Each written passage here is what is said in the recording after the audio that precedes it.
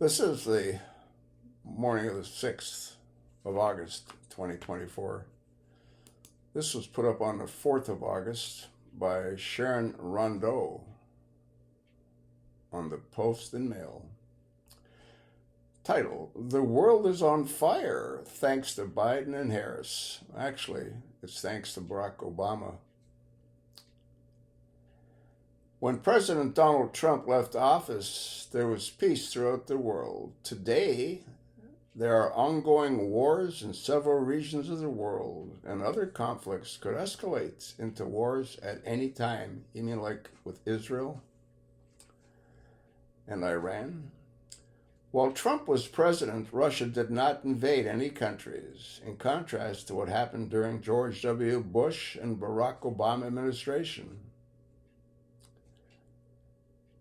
Obviously, Russian President Vladimir Putin noticed a vast difference once Joe Biden and camel-faced on her knees Kamala Harris took over. Immediately, the United States military made a dramatic turn towards woke policies, which contributed to a huge decline in recruitment. You mean when Obama made the cadets wear red high-heel pumps and he let homosexuals into the military? You mean like that kind of decline in recruitment resulted? In August of 2021, the United States demonstrated tremendous weakness during the withdrawal of our military forces from Afghanistan. We never should have gone into Afghanistan. That was a 20-year war to fuel the industrial military complex.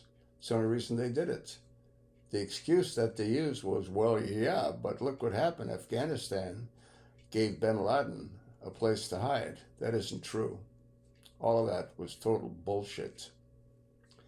In addition, Biden and Harris abandoned the massive Bagram Air Base in Afghanistan. The base featured a 12,000-foot runway, a 50-room hospital, and 100 parking spaces for fighter jets. In their haste to depart the facility, the United States military left behind 3.5 million items, including armored vehicles, weapons, and ammunition. And whose fault is that? Who took our military out, 8 months before Biden took office? Since our humiliating withdrawal, the Biden-Harris administration has rewarded the Taliban terrorists by sending $239 million in grants to fake nonprofits created to scam American taxpayers, according to a report by the Special Inspector General for Afghanistan Reconstruction. The funds were sent by the Biden-Harris State Department to 29 phony Taliban organizations. You know who's responsible for that? Obama. He's putting funds into the hands of Muslim terrorists. While the Biden-Harris administration displayed such impotence and rewarded our enemies, Putin decided to invade Ukraine in 2022. Sadly, the bloody war is still raging. You know why? Because we're giving Ukraine hundreds of billions of dollars. Although Russia faced sanctions due to its invasion, both China and North Korea have shown steadfast support. During the Trump administration, China was reeling from severe tariffs and tough trade deals. During the Biden-Harris administration, China once again started to aggressively threaten Taiwan and display military advertisement throughout Asia. As President Donald Trump developed a good relationship with the dictator of North Korea, Kim Jong-un, in response, the belligerent behavior by the Hermit Kingdom subsided. Unfortunately, upon the onset of the Biden-Harris administration, North Korea changed course and began firing test missiles toward their neighbors. The latest test occurred several weeks ago and culminated in a missile carrying a 4.5-ton warhead. North Korea is also furnishing military equipment to the Russians, while the Ukrainians are largely supported by the United States, which is supplying their military with more aid than the rest of the world combined. You know, this is ongoing. Remember when Russia supplied the Taliban? And the Taliban,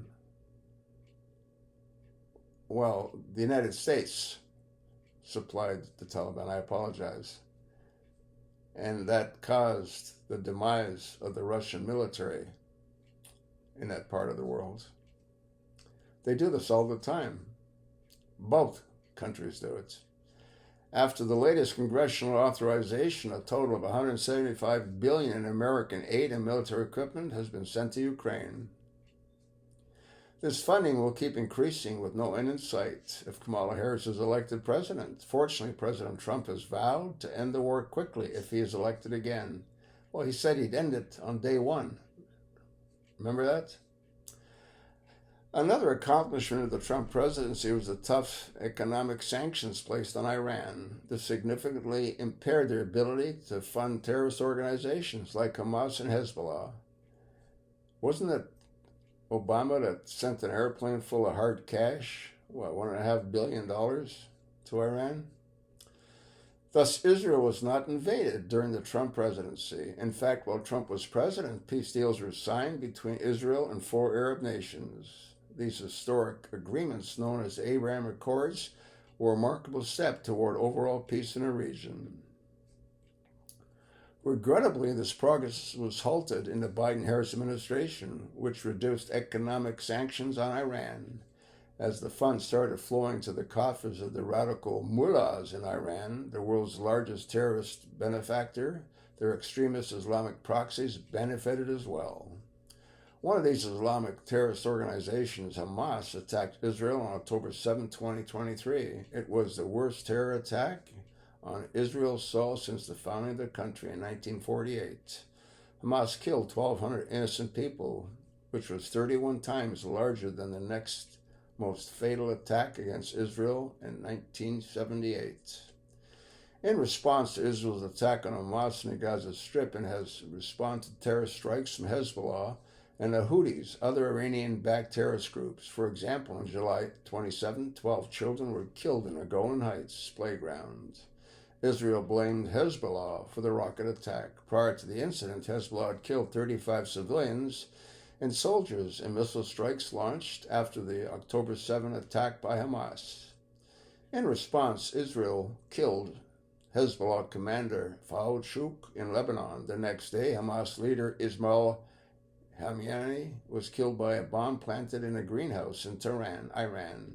In terror attacks labeled as natural response by Hamas, a Palestinian stabbed 2 Israelis to death and wounded 2 others in central Israel on Sunday.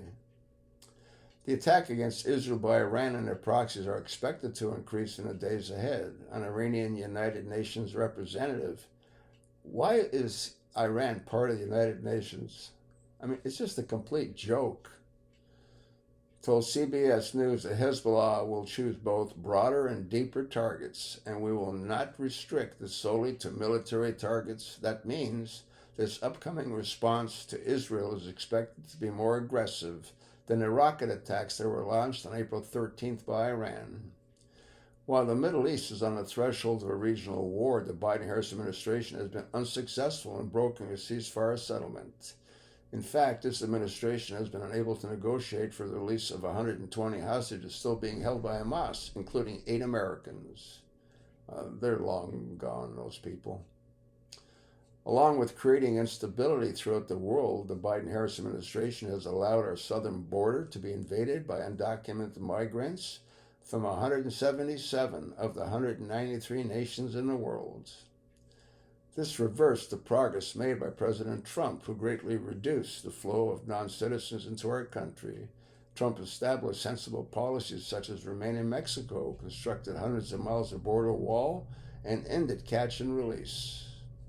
Under Biden and Harris, the Trump policies were canceled, and the proverbial red carpet was rolled out for people of the world to legally enter our country.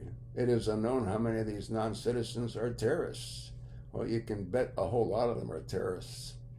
So the future threat to America is significant, another disturbing consequence of Biden-Harris administration. All right, folks, so, like I said, this country is totally screwed. We're screwed if Camel Face gets in, we're screwed if Trump gets in. There's no one to go to. That's what's really sad. And who's responsible? You know, those worthless lawmakers that we have. They all need to be held accountable, starting with Nancy Pelosi and Justice John Roberts, and that crack smoker with the floppy ears and the pockmarked face, the poo pusher. How difficult is it to prove that Malia and Sasha belong to Dr. Nita Blanchard and to Marty Nesbitt? How difficult is that to prove? Why doesn't someone prove it? Is it that difficult to get their DNA? I don't think so. I'll attach the link. Let me know what you think. Pass it along, and thanks for listening.